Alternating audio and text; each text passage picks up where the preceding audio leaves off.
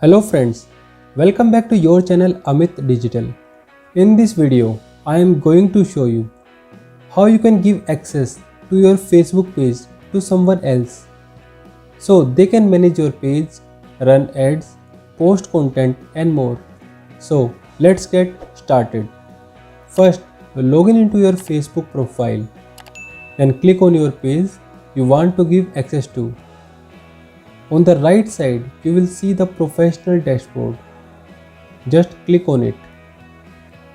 After that, you will get the option Page Access. Now click on that. Now there is one more option, Add New. Click on it.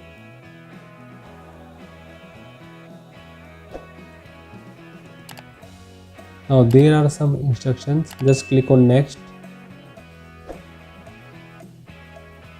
Now just type here name or email ID. Then you will see the profile appear here. Just choose the profile and click on Next.